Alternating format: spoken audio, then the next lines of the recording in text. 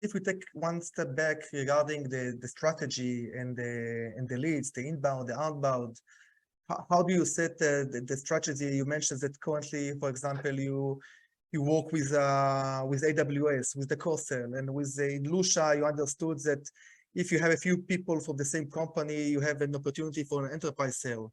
So do you sell directly? Do you only do you work with partners? Do you only work with partners? Yeah, it's a great question you ask, Ayal. I'll be honest, I've had, again, very different experiences from very different companies. And Zesty is the most interesting one. Typically, I'll find that a given company will go to market primarily in one specific channel. For example, at Lucia, we went direct to customer.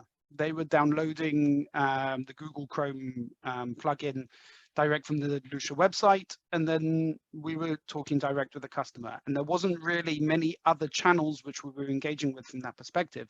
Made it very straightforward for us to understand how we talk to the customer, the conversations that we should be having. There wasn't really any nuances about it because it was all one channel.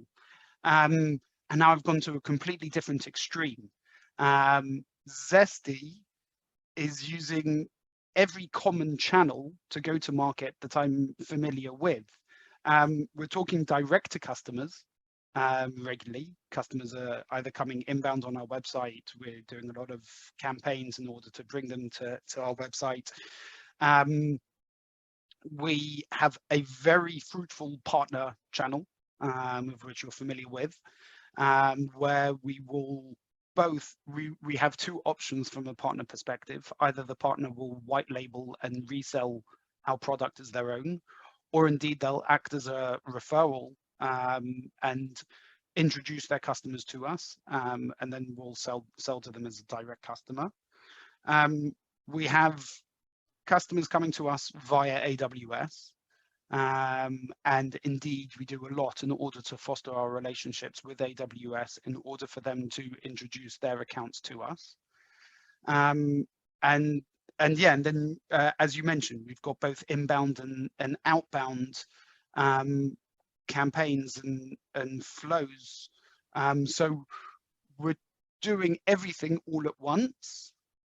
And it's incredibly complex in order to manage this part, to manage exactly where this customer is coming from, how to attribute the success with this customer to whichever channel that we need to attribute it to, because obviously every business unit needs to be showing that they're delivering on their given KPIs, and so we need to be able to handle this very, very carefully. I'll give you a specific example of this. A partner will obviously want to talk to the customer, but what will happen if indeed the Zesty outbound or sales org are trying to talk to the same customer? Then there can be some confusion in that. In order to try and manage that conversation as carefully as possible, we've created clear rules of engagement whereby the customer needs to raise exclusivity for a given period of time, and that will stop the Zesty organization doing any type of conversation with that customer, giving the partner the opportunity to do so. Typically, we tend to give favor to our partners because we want to encourage our partners as much as possible. And so when they raise exclusivity, they typically have priority over our internal teams. And then once, obviously, if that partner is successful, then fantastic. But if that partner doesn't manage to bring that customer to us, then their exclusivity will expire, and that account or opportunity to engage with that account will then be reopened back to the Zesty team to do so ourselves. And so we need to be particularly careful around this sensitivity of this, because obviously we want to give the customer as positive experience as possible. And we also want to encourage our partners to be as successful as possible, to work with us to improve further future success.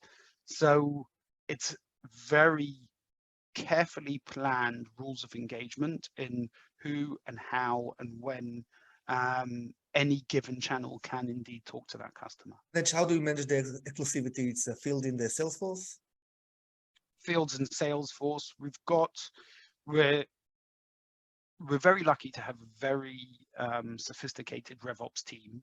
The RevOps team have built a very advanced, the most advanced I've ever seen in my experience in working, advanced sales stack, whereby a partner should be raising exclusivity in a partner portal in which we share with each and every one of our partners. They will be flagging this for exclusivity. That will immediately send an automatic request, which will be reviewed at Zesty. If there's no engagement already on that account, then that exclusivity request will be approved, and they will be removed from the view of anybody else within the organization. And what kind of partners do you have? I mean, we've got tens of partners. I think it's coming up close to 100. But all from the same type, most of them are AWS partners, so they have different kind of partnership. So our flagship product is primarily on AWS, and so most of the partners that we have work within the AWS ecosystem, and we found this to be unbelievable for our go-to-market and very quick growth as a startup. So yes, most of them are AWS at the moment, and as I say, there's primarily two different types of partners when you think about their business models and go-to-market plans. There's resellers and referrals. The core differences between them: a reseller will typically be taking other products and reselling them, and their customers won't necessarily have any direct lines of engagement to the origin of where that product is coming from. So if they're selling Zesty, we will never speak to that customer.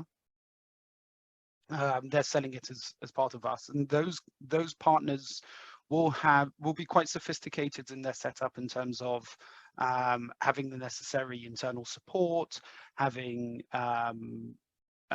technical setup, very advanced sales teams to understand how to sell into this, etc., etc. And we'll do a very rigorous due diligence on those partners to make sure that they meet the criteria in order to be reselling Zesty's product. And then alternatively, there's also referral partners. Referral partners are typically those who will act on behalf of the customer, going out and sourcing best in breed or best in class products from wherever they exist, and then they will make that introduction to Zesty and to Zesty's sales team. Zesty's sales team will lead from the sales engagement perspective, and the referral partner will manage the relationship throughout.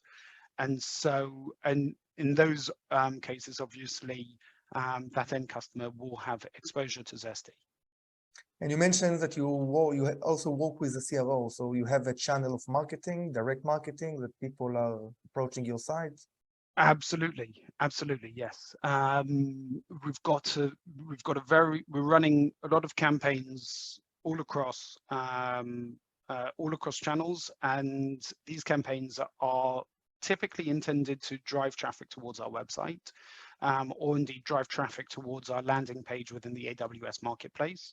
On our website, there's a free trial, and this is indeed, even when, at the end of the demo, this is where we're encouraging the first step following the demo to take place. And much like is common practice in SaaS, there'll be a box in the corner. There's a box in the corner of our website where it'll say free trial. They'll sign up to the free trial and they'll start using Zesty in the freemium mode. In the B2B, what do you find to be effective? What kind of marketing? Which it's YouTube, it's Facebook, it's LinkedIn. Where is the most effective? Ooh. I'll be honest, I'm not sure. Yes, we are the same I people. yeah, I'm a salesperson, so I'm not necessarily a marketing person. I probably don't know about this well enough. Although I'd say what I do manage is the BDR, the inbound and outbound sales teams, and they're having a huge amount of success on LinkedIn. And I think, in fact, that's also mirrored from, anecdotally, I understand that that's also mirrored from the campaigns that we're running on LinkedIn. LinkedIn is the #1 go-to at the moment, you know, in B2B. And that's where a huge amount of the conversations that we're driving are taking place.